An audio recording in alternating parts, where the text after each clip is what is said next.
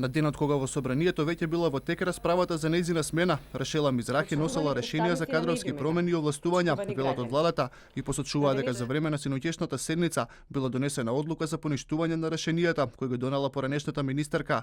Техничкиот министер Оливер Спасовски на Facebook денеска одново ги повика ВМРО ДПМН да достават нов предлог за министер за труд и социјална политика, а исто барање упатија и представници на СДСМ. Секако дека ќе останат ингеренциите на заменик министерот, но еве не сакаме така да направиме, сакаме да соработуваме затоа што тоа е договорено и оставаме простор ВМРО ДПМН, како што реков, да достават предлог за министер за труд и социјална политика.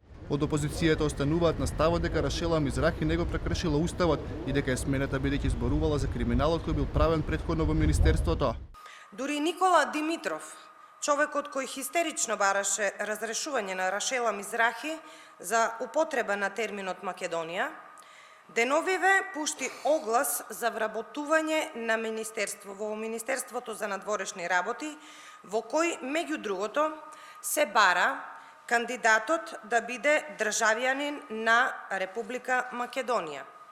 Според истата логика на Социјалдемократскиот сојуз, Оливер Спасовски требаше да побара разрешување на Никола Димитров. Во однос на тоа кој би бил замена за Мизрахи, од партијата вела дека се уште се анализира ситуацијата за евентуално доставување на нов предлог за технички министер за труд и социјална политика.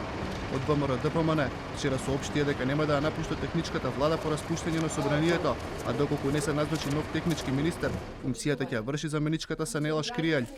На 3 јануари, Рашела Мизрахи беше избрана како техничка министерка за труд и социјална политика по предлог на ВМРО ДПМН. Таа беше разрешена во саботата наутро на предлог на техничкиот премиер Оливер Спасовски, бидејќи неколку пати се појави на пресконференција во министерството пред табла на која пишуваше Република Македонија. На медиумите, почитувани граѓани.